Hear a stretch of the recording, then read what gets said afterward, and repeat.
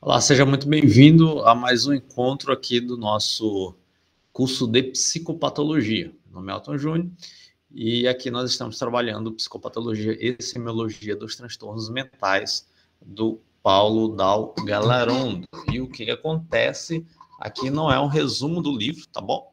Aqui nós fazemos a leitura do livro, tá? Então a gente literalmente lê o livro e comenta alguma coisa a partir de alguma experiência ali que de repente eu já tive, já vivenciei, que pode te ajudar, tanto na elucidação do texto, assim como também em relação a ter algum tipo de experiência compartilhada no que diz respeito à psicologia ou à prática da psicologia. Então, já vou acessar aqui o meu link para a gente continuar a leitura do nosso livro. Lembrando que nós estamos trabalhando a memória e suas alterações. Então, vamos ver até onde nós conseguiremos avançar aqui. Tenho 1h10 para a gente avançar aqui na nossa leitura de hoje. Então, vamos ver se eu vou ter paciência para ler aqui 1h10 e a gente avançar na nossa leitura. Bom, então a gente está trabalhando os tipos de memória, né? Não sei se você lembra, não sei se você recorda do episódio anterior. Se você não assistiu, vai lá, volte e assiste ao episódio de número 30 do nosso curso. E a gente está trabalhando os tipos de memória, tá bom? Nós trabalhamos as duas memórias anteriores, né? A memória de trabalho e a outra, eu já não lembro qual foi. A gente está falando de memória e aí memória episódica. A gente está falando de memória e o cara assim, meu Deus do céu, qual foi a outra memória que a gente trabalhou? Memória de trabalho, memória episódica, beleza. Vamos agora, portanto, trabalhar a memória semântica. Então, simbora.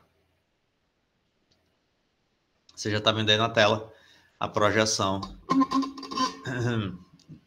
do texto. Memória semântica. Esse tipo de memória se refere ao aprendizado, à conservação e à utilização do arquivo geral de conceitos e conhecimentos do indivíduo, os chamados conhecimentos gerais sobre o mundo. Assim, conhecimentos como a cor do céu, azul, o de um papagaio, verde, ou quantos dias há na semana, 7, são de caráter geral e se cristalizam por meio da linguagem, ou seja, também são de caráter semântico. Assim como a episódica, a memória semântica é frequentemente explícita, mas pode ser eventualmente implícita.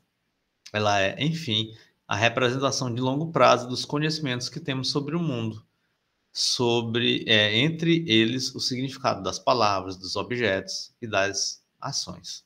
Então, a memória semântica vai representar o conhecimento que nós temos de um modo mais geral, né? De um modo mais genérico. O exemplo que ele dá aqui é a cor do céu. Né? Então, a memória semântica ela vai nos dar, por exemplo, a representação da cor do céu é azul. Ou um papagaio, tem a cor verde. Né? Quantos dias há na semana? 7 dias. Né? Então, essa é uma memória. Né? Você, querendo ou não, às vezes a gente não associa muito isso à memória. Eu aprendi. Não, você memorizou também. Né? Está aprendido, está memorizado, está guardada esta informação. Então, a memória geral, ela se cristaliza por meio da linguagem. Né? Ou seja, tem esse caráter aí semântico. Bom, então, conceito fácil de entender, fácil de compreender. Também cabe assinalar a memória semântica diz respeito ao registro e à retenção de conteúdos em função do significado que ela tem. Do significado que tem. Ela é um componente da memória de longo prazo que inclui os conhecimentos de objetos, fatos, operações matemáticas, assim como os das palavras e o seu uso.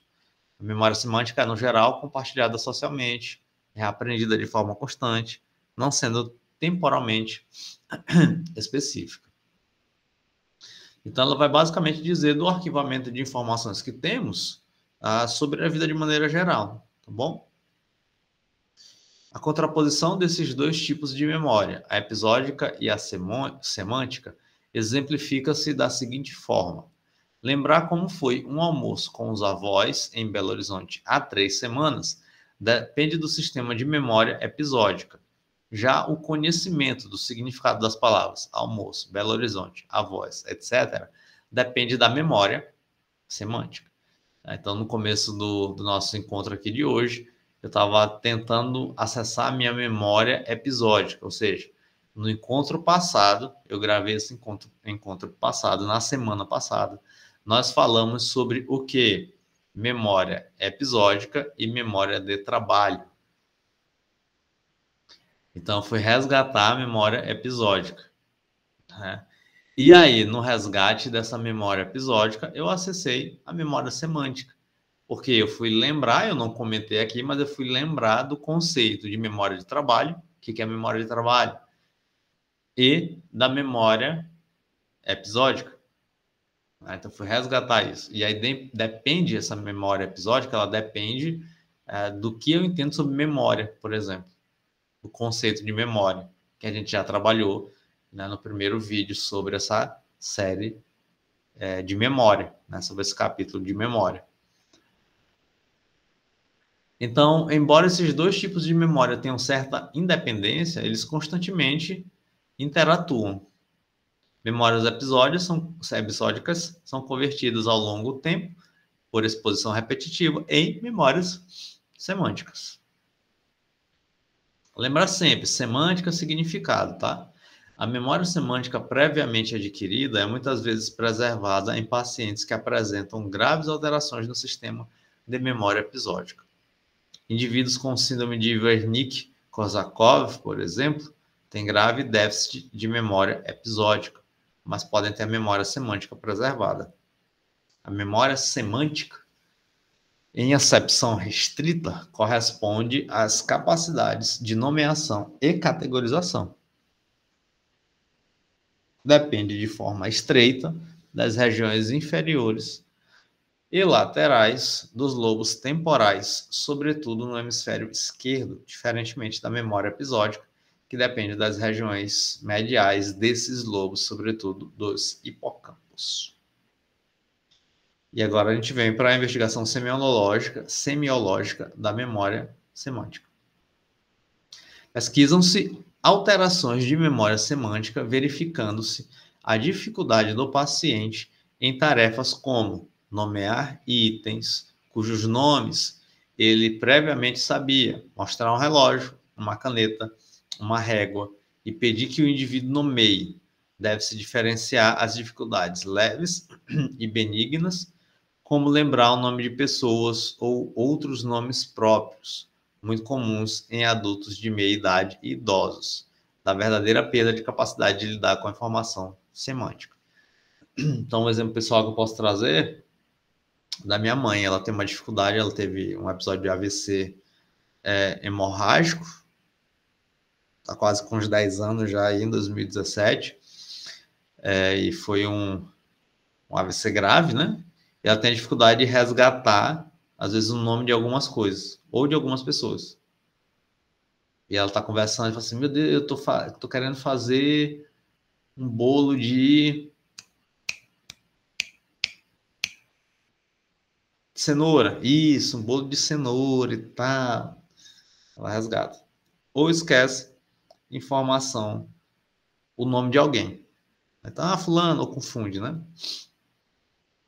Pacientes com disfunções leves na memória semântica têm a capacidade reduzida em testes de geração de palavras. Por exemplo, solicitar ao indivíduo que nomeie o maior número possível de animais em 1 minuto. Então vai ter dificuldade em resgatar isso, né? Aqueles com alterações mais avançadas na memória semântica tipicamente revelam déficits de 2 vias de nomeação, isto é, são incapazes de, 1, dizer o nome de um item quando lhes é mostrado, e 2, de descrever um item cujo nome lhes é apresentado.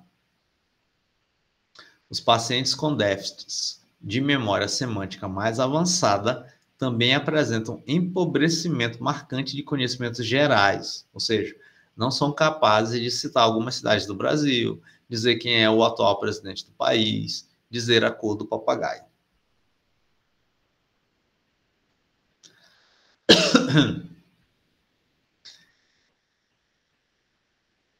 Eu ia dar um exemplo aqui, mas não cabe muito a questão do déficit da memória, mas da pobreza da educação, né? Vi aqui, por exemplo, a incapacidade de citar algumas cidades do Brasil, né?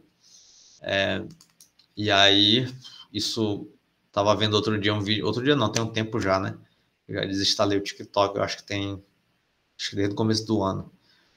E aí eu vendo um vídeo no TikTok uma vez, algum influencer desse daí perguntando, mostrava ali o mapa do Brasil e perguntava ao estado, que estado é esse, que estado é esse, que estado é esse? E muita gente, muitos estudantes não sabiam. Cara, que estado é esse? Não faço a menor ideia, velho. Então, um recurso de educação básica, muita gente não sabe. Cara, não sei, velho. Não sei. Né? E aí aqui a memória, ela vai ter a ver com o conhecimento adquirido, logicamente, né? Então, no exemplo que eu estou trazendo aqui, tem um déficit educacional que implica, logicamente, na memória, porque a pessoa não acumulou nenhum conhecimento, então não tem como resgatar aquilo que ela não acumulou, né? O exemplo do livro é outro. Só abrindo aqui um parênteses.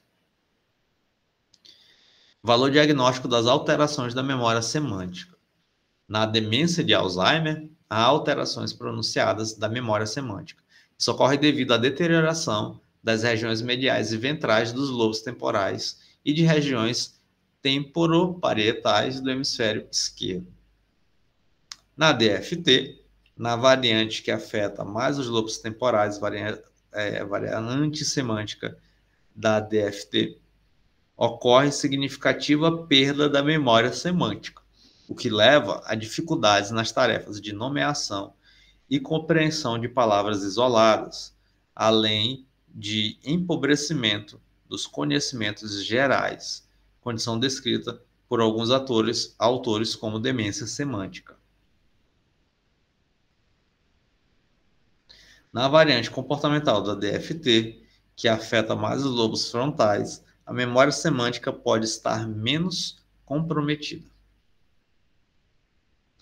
Também na demência com corpus de Levy, embora se verifiquem déficits significativos das funções executivas frontais, a relativa preservação da memória semântica. A gente vem para a memória de procedimento.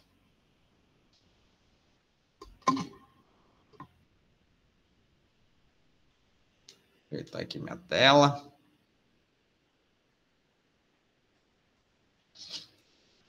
Trata-se de um tipo de memória automática não consciente. Exemplos desse tipo de memória são habilidades motoras e perceptuais, mais ou menos complexas. Andar de bicicleta, digitar no computador, tocar um instrumento musical, bordar, etc. Então, habilidades motoras e perceptuais, né? Eu acho que eu já comentei aqui, não sei se eu já comentei aqui no curso de psicopatologia, mas eu gosto de jogar bola, né? E aí, outro dia eu estava treinando, né, a minha base. Eu jogava muita bola quando era guri e eu treinava quando era guri. Só que a minha base, ela foi construída toda em cima do futsal, né? Então, o domínio de bola no futsal é de uma maneira diferente. A gente pisa na bola. Então, alguém toca para a gente e a gente pisa na bola. Por quê? Pelo formato da bola, pelo tamanho da bola, pelo chão mais reto, mais liso, né? O peso da bola. Então, a gente pisa na bola para dominar. E eu estava fazendo um treino técnico, né, para mudar essa minha base que foi feita, para o futebol, que é um outro estilo, né, de campo, vamos dizer assim. né, que é um outro estilo. Então, o domínio da bola, esse domínio que é pisando na bola, ele já é mais raro de acontecer. Naturalmente, o domínio da bola do campo é batendo nela. Então, eu recebo a bola, em vez de eu pisá-la, eu bato nela. E aí eu domino a bola. E isso tem toda uma mudança nessa habilidade motora, porque eu já automatizei, desde guri, né, o domínio da bola pisando na bola. E agora eu tenho que desautomatizar isso, porque tenho jogado mais só site e mais campo. Então eu tenho que automatizar esse domínio, né, chapando a bola, né, ou batendo com a parte interna ou externa do pé. Isso é difícil. Então eu estava fazendo esse treino técnico e tudo mais. E aí na última pelada que eu joguei, terça-feira agora, tava bastante cansado, né? Tava muito cansado. E o que que acontece quando tava cansado? Esse resgate consciente, que ainda não está automatizado, né? De dominar a bola chapando, ele vai ficando para escanteio. Eu tô mais cansado e eu vou usando aquilo que é mais automático. E aí teve um lance que alguém tocou a bola para mim e eu fui dominar pisando na bola. O que que acontece? A bola passou debaixo do meu pé e foi embora. Justamente porque é uma outra perspectiva. A bola maior, enfim. E aí a negada reclamou, poxa e tal, não acredito nisso, não sei o que. Né? Aprendi a dominar uma bola. Aí, caramba, olha só como essa memória automática aqui, essa memória de procedimento, ela atua nessa minha habilidade motora. Então aí eu tenho que lutar para poder automatizar uma outra habilidade, né? Para nessa situação de campo, isso se tornar automático. O domínio de bola, por exemplo, se tornar automático. Então, precisar dominar, ter o domínio orientado, né? Mas isso é com repetição. Então, isso é uma atividade que às vezes parece simples, mas que na hora do jogo ali é um pouco complexa. E você precisa estar atento ali a toda a dinâmica do jogo e tudo mais. E como ainda não é uma habilidade automática em mim, eu tenho que estar o tempo todo consciente. Cara, tem que dominar assim, tem que dominar assado dessa maneira. Né? E assim a gente vai desenvolvendo um pouquinho o jogo ali. Então a gente tem isso, né? Os exemplos que ele traz de habilidades motoras são essas: andar de bicicleta, digitar no computador, tocar um instrumento musical, bordar, etc. Né? Eu também toco um instrumento e tá ali, vai meio que no automático. No começo é mais difícil, depois você vai automatizando ali os padrões, se é um acorde que tu tá fazendo, tu vai dominando ali o shape e tal. Então, vai conseguindo desenrolar. Habilidades visoespaciais, como a capacidade de aprender soluções de labirintos e quebra-cabeças. Então, a gente tem isso. Eu tenho... Cara, eu não tenho nenhum jogo no celular, não gosto disso. Tem gente que tem um monte de jogo no celular e tal. Mas um joguinho que eu tenho que eu acho bacana é esse de quebra-cabeça. Ou seja, eu trabalho muito essa habilidade visoespacial com o joguinho de labirinto. Deixa eu mostrar aqui para você.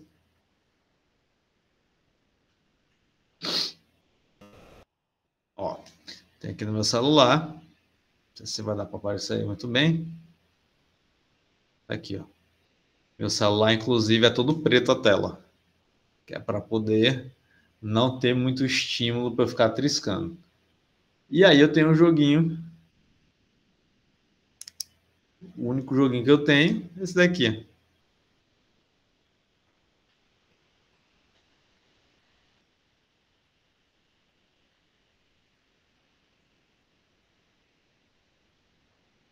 Que é de quebra-cabeça. Cadê? Nossa, aqui está ensinando que tem um tempo que eu não acesso, ó, mas é só isso. Habilidade. Ui! Viso. Tá aqui. Você vai lá e arrasta o bloquinho para dentro do negócio. E pronto. Né? E aí monta. Aí vai montando as coisas, tudo direitinho, né? Mas não era nem esse daqui que eu gostava de usar. Gostava de usar mais o outro. Deixa eu ver se eu acesso outro aqui. Enfim, são parênteses aqui que eu estou fazendo.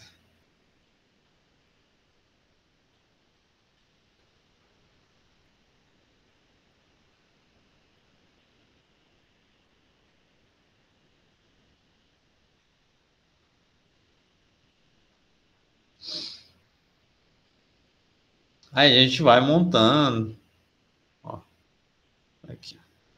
Então são jogos aí que você vai podendo fazer e que podem treinar essa tua capacidade aí visoespacial, tá bom?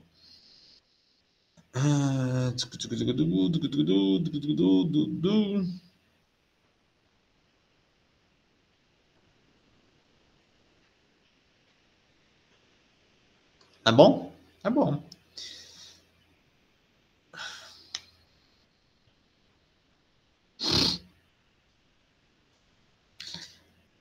E habilidades automáticas relacionadas ao aprendizado de línguas, regras gramaticais incorporadas na fala automaticamente, decorar a conjugação de verbos de uma língua estrangeira.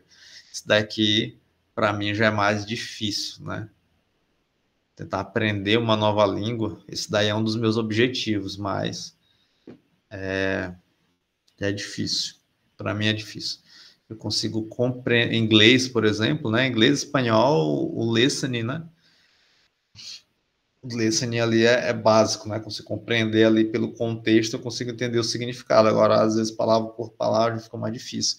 E construir uma frase, por exemplo, em inglês, para mim é uma frustração gigantesca. A memória de procedimentos, de modo geral, é implícita e não declarativa, mas durante a aquisição da habilidade pode ser explícita na fase de aprendizado, como quando, por exemplo, se aprende a dirigir um carro seguindo orientações verbais, né? Então, ele está dizendo que quando a gente aprende, isso daí fica de maneira implícita, ou seja, por exemplo, tem fazer um acorde aqui no instrumento musical, para fazer o dó, então eu tenho que botar o dedo 1 aqui, o dedo 3 aqui, o dedo 2 aqui, né? E aí eu faço o dó, né? Deixa eu trazer aqui, hoje eu estou cheio de exemplos para você, né? Hoje a aula está bem, o encontro está bem didático. Deixa eu pegar aqui meu violão.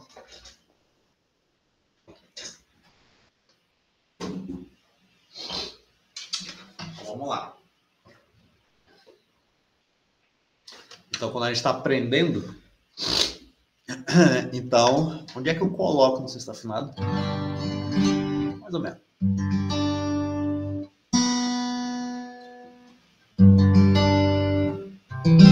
Beleza. Onde eu coloco o meu dedo, né? Então, eu vou aprender um acorde. E onde é que eu coloco esse acorde? Como é que eu faço o shape? Como é que eu faço o shape desse acorde?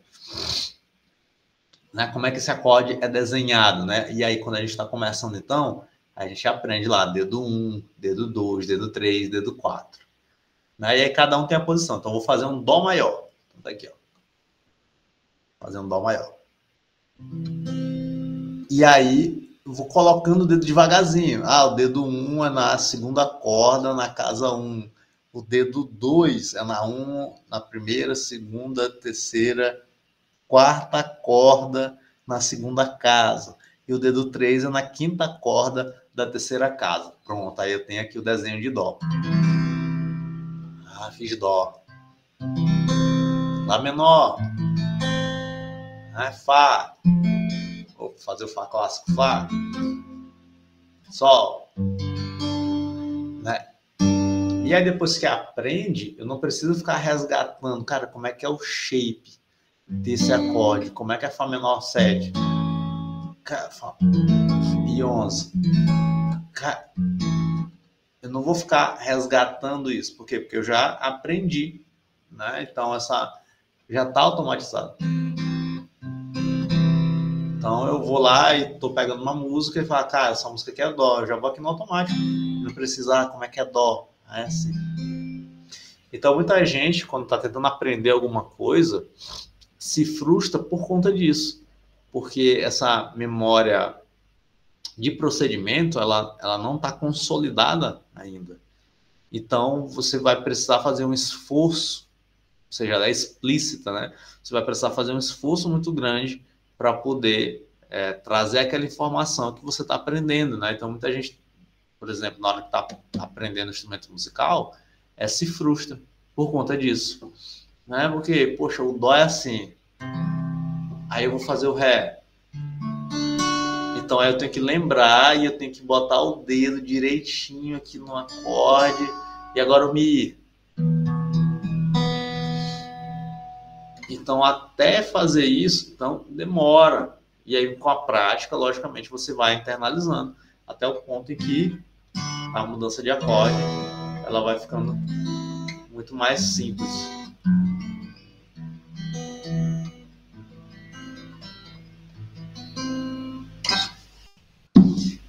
E aí pronto. Aí fica algo implícito, né?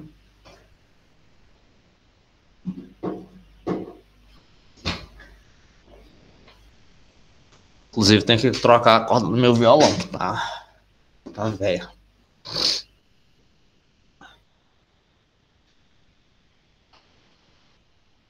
Então, aí muita gente acaba que não tem paciência, né? Mas eu trouxe esses exemplos só para ilustrar esse processo, né?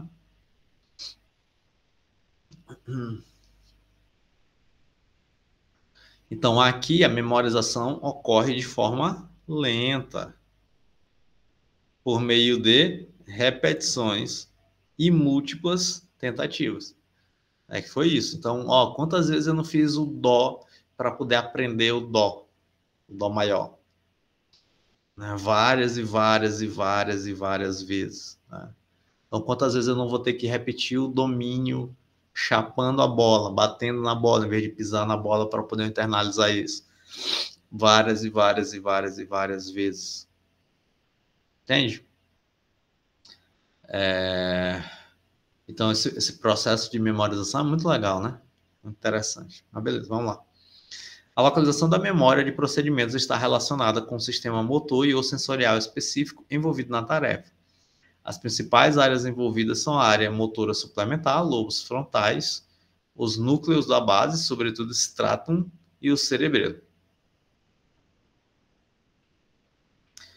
Investigação semiológica da memória de procedimentos. Suspeita-se da presença de alterações da memória de procedimentos quando o indivíduo apresenta ou perda de habilidades motoras ou visoespaciais previamente aprendidas, ou grande dificuldade em aprender novas habilidades. Por exemplo, o paciente pode perder a habilidade de escrever à mão ou de digitar em um teclado, de tocar um instrumento musical, de pregar um botão ou de chutar uma bola. Eventualmente, ele pode reaprender essas habilidades, mas para isso necessita de ordens explícitas, verbais, conscientes, para realizar cada etapa da habilidade. Em consequência, um paciente com lesão no sistema de memória de procedimentos pode nunca mais readquirir as habilidades motoras automáticas que pessoas saudáveis realizam sem perceber. Por fim, aqueles cuja memória episódica foi devastada, quadros graves de demência de Alzheimer ou Wernicke-Korsakoff, podem ter ganhos relativos em um processo de reabilitação que lance mão do sistema de memória de procedimentos preservada e, assim, aprender novas habilidades.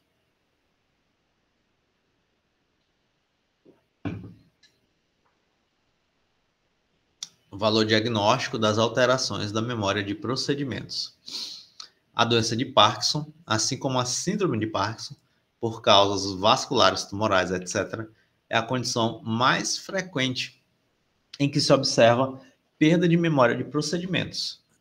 Outras doenças que comprometem a memória de procedimentos são a doença de Huntington, paralisia supranuclear progressiva e degeneração olivo-ponto-cerebelar. Cerebelar, perdão. Também tumores, acidentes vasculares cerebrais, né? Citei ainda há pouco minha mãe. Hemorragias, degenerações e outras lesões nos núcleos da base ou no cerebelo cerebelo, degeneração cerebelar, podem prejudicar a memória de procedimentos. Pacientes nas fases iniciais da doença de Parkinson e da coreia de Huntington, assim como na degeneração olivo-ponto-cerebelar e na paralisia supranuclear progressiva, apresentam um desempenho quase normal em teses de memória episódica, mas revelam acentuada incapacidade de aprender novas habilidades motoras, visoespaciais e linguísticas. Para as demências vasculares, inclusive a demência após AVC, os tipos de memória comprometidos, de trabalho, episódica, semântica ou procedimentos, dependem de muitos fatores como tipo de AVC, volume, número de AVCs e localização das lesões vasculares. Portanto, as perdas de memórias nas demências vasculares são muito heterogêneas. De modo geral, esse tipo de memória não fica gravemente prejudicado na demência de Alzheimer, apresentando-se mais deteriorado, sobretudo como perda da capacidade de aprendizado motor em outras doenças degenerativas que envolvem habilidades psicomotoras.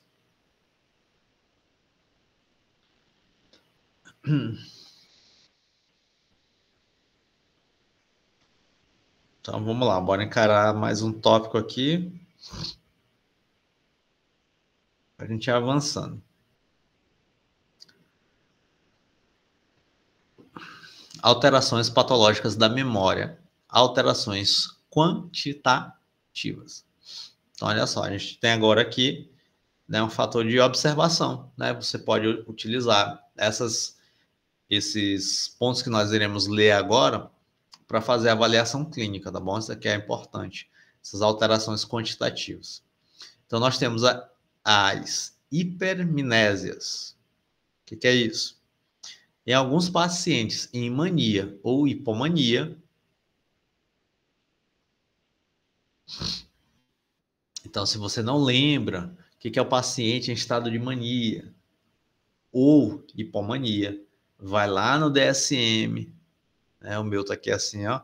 Vai lá no DSM e resgata este conceito de mania ou hipomania. Bom, então, memória semântica aí ativada.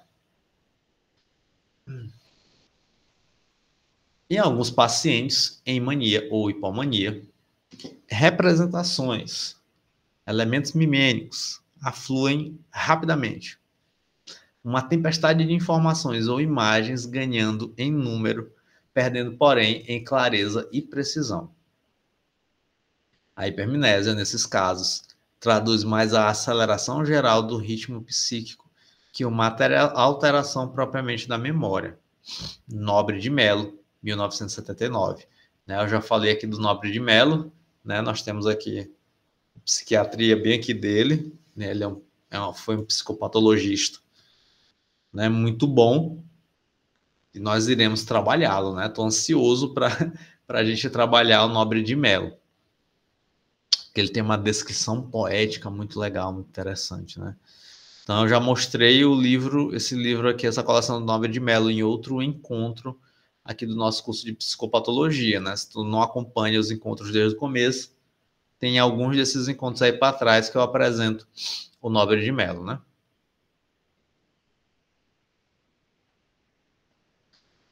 Então, aqui a gente tem uma aceleração, né? Como é comum em quadros de mania e hipomania, né? A gente tem uma agitação, uma excitação, né? Da nossa energia psíquica, né? Há outro tipo de hipermnésia, chamada hipermnésia para memória autobiográfica. Trata-se de um fenômeno raro, no qual o indivíduo tem uma memória autobiográfica quase perfeita. Né? Eu não digo que eu tenho um tio que tem a hipermnésia para essa memória autobiográfica, cara, mas ele lembra de muita coisa. É muito interessante. Eu acho engraçado é que são 7 irmãos, né? De parte de mãe. De parte de vó, né? Vó materna. E aí eu tenho lá os 7 tios e eu tenho um tio específico que lembra de coisa. Rapaz, ele lembra de coisa. Aí ele fica falando desses episódios da infância e tal, não sei o quê. E aí os irmãos ficam assim, meu cara, tu lembra disso? Eu não lembro disso. Aí ele fica, rapaz, aconteceu tal coisa, né? Então tem gente que lembra, né, ali de muitos fatores, né? Mas isso é um fenômeno raro, não estou dizendo que ele especificamente tem, né? Mas eu gostaria de conhecer alguém que de repente tivesse esse tipo de fenômeno. Foi estudado detalhadamente o caso de HK, um rapaz de 20 anos, cego de nascença, que apresentava hipermnésia autobiográfica. Sua memória para detalhes de vários eventos de sua vida passada era profundamente minuciosa, quase perfeita. Por meio de vários fatores, a memória de HK foi checada em relação ao diário de sua avó, entrevistas com vários familiares e registros de prontuários médicos onde ele era tratado, revelando-se altamente fidedigna. Legal, né? Depois você pode procurar esse estudo, tá? HK apresentava, em relação a controles, hipertrofia da amígdala direita, de cerca de 20%, e conectividade aumentada entre a amígdala e hipocampo, 10 vezes acima do desvio padrão. A hipermnésia autobiográfica é considerada um fenômeno complexo, dependente de intricada interação entre memória episódica, memória semântica, habilidades visoespaciais, memória para emoções, viagem mental no tempo, teoria da mente e funções executivas. Tu é doido, isso é muito processo complexo, né? Embora muito rara, ela fornece elementos valiosos para a compreensão da memória autobiográfica. Amnésias ou hipomnésias. Né? Então a gente fala amnésia, né? Do senso comum. Denomina-se amnésia, de forma genérica, a perda da memória, seja da capacidade de fixar, seja da capacidade de manter, seja da capacidade de evocar antigos conteúdos mimênicos. Em relação às amnésias associadas à memória episódica autobiográfica, cabe citar a lei da regressão mimênica de Théodore Ribot, formulada em seu livro Les Maladies de la Mémoire, de 1981. Apesar de ter sido formulada há mais de um século, ela pode ser ainda de utilidade. Segundo a lei de Ribot, atualmente denominada Temporally Graded Amnesia, não sei como é que pronuncia isso em inglês, no indivíduo que sofre uma lesão ou doença cerebral, sempre que esse processo patológico atinja seus mecanismos mimênicos de codificação, armazenamento e recordação, a perda dos elementos da memória, esquecimento, segue algumas regularidades. O sujeito perde as lembranças e seus conteúdos na ordem e no sentido inverso que os adquiriu.